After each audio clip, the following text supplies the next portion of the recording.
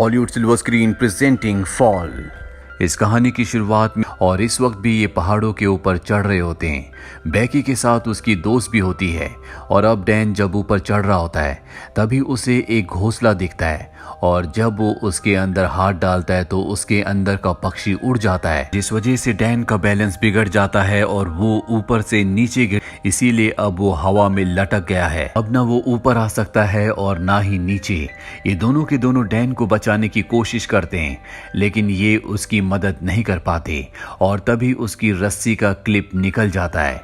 Dan की ऊपर से गिरने से मृत्यु हो जाती है। इस हादसे के 51 हफ्तों के बाद हमें बेकी को दिखाया जाता है जो अब पूरी तरह से शराब में डूब चुकी है क्योंकि वो अपने पति डैन से, जिससे वो बहुत प्यार करती थी, उसे अब भी याद करती है। उसने अब तक उसकी अस्थियों को विसर्जित नहीं किया, उसकी अस्थियां अब भी उसके पास हैं। बेकी की जिंदगी में अब उदासी के अलावा कुछ भी नहीं है और बेकी के पास एक बार फिर से उसकी वही दोस्त आती है जो उस वक्त उसके साथ थी जब डैन ऊपर से नीचे गिरा था। उसकी दोस्त का नाम हंटर होता है। हंटर बेकी को देखकर बहुत खुश होती है।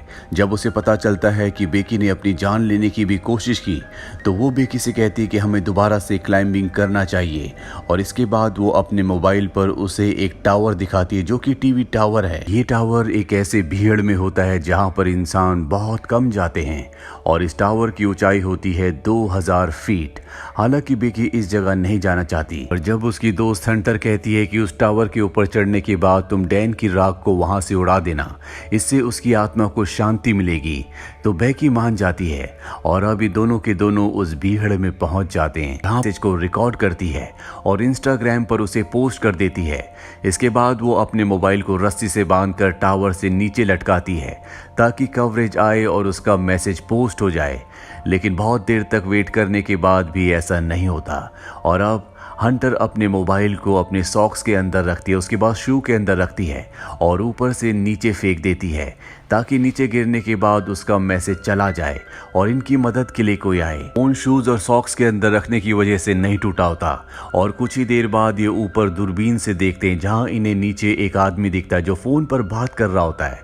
उसके साथ उसका डॉग भी होता है पर वो इन्हें इतनी ऊपर ना देख सकता है और ना ही इतनी ऊपर से इनकी आवाज को सुन सकता है। यहाँ पर वो अपने फोन में बहुत ज्यादा मग्न होता है।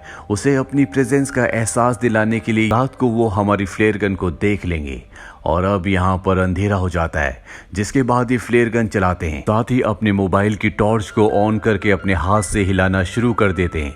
इनके सामने जो गाड़ी यानी कि आरवी होती है जिसमें लोग कैंपिंग कर रहे होते हैं वो इन्हें देख लेते हैं, लेकिन वो इनकी मदद करने के लिए नहीं आते बल्कि इनकी गाड़ी को चुरा कर यहाँ से निकल जाते हैं, जिससे दोनों के दोनों हताश हो जाते हैं। जैसे जैसे रात होती है इन्हें नींद आना शुरू हो जाती है। ये वहां पर सो जाते हैं लेकिन जगह बहुत कम है।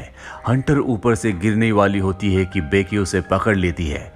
तभी वो देखती है कि उसके पैर पर एक टैटू बना है जिस पर लिखा होता है 143। ये देखकर बेकी हैरान हो जाती है क्योंकि उसका हस्बैंड डैन उसे हमेशा कोड वर्ड में आई लव यू कहता था, यानी कि 143। वो समझ जाती है कि डैन के बीच में और हंटर के बीच में कुछ न कुछ था और जब वो हंटर से पूछती है तो वो एक्सेप्ट कर लेती है। वो बेकी से माफी भी मांगती है लेकिन बेकी अब पूरी तरह से नम हो चुकी है। बेकी की नजर अब भी उस बैग पर होती है जो बैग नीचे एंटीना में यानी कि डिश पर अटका हुआ है। उसके अंदर इनका ड्रोन और खाने पीने की चीजें हैं। दरअसल बेकी सिर्फ यहाँ पर हेल्यूसिनेट कर रही होती है पर अब उसे सच्चाई का पता चल चुका है कि वो इस स्टार के ऊपर अकेली है और उसकी जीने की उम्मीदें पूरी तरह से खत्म हो चुकी है। वो मरने से पहले अपने पिता के लिए आखिरी मैसेज रिकॉर्ड करती है लेकिन वो यहाँ से डिलीवर नहीं हो सकता क्योंकि यहाँ पर कवरेज नहीं है। वो वहीं पर सो जाती है और सुबह जब उसकी नींद खुलती है तो वो देखती है कि वो उसे पकड़कर मार देती है।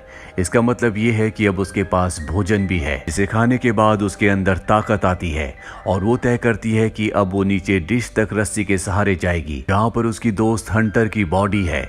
बड़ी मुश्किल से वो रस्सी से नीचे उतरती है। ये फिल्म ईयर 2022 में रिलीज हुई थी। IMDb पर इसकी रेटिंग है 6.4। उम्मीद करते हैं कि ये कहानी आपको पसंद आई होगी।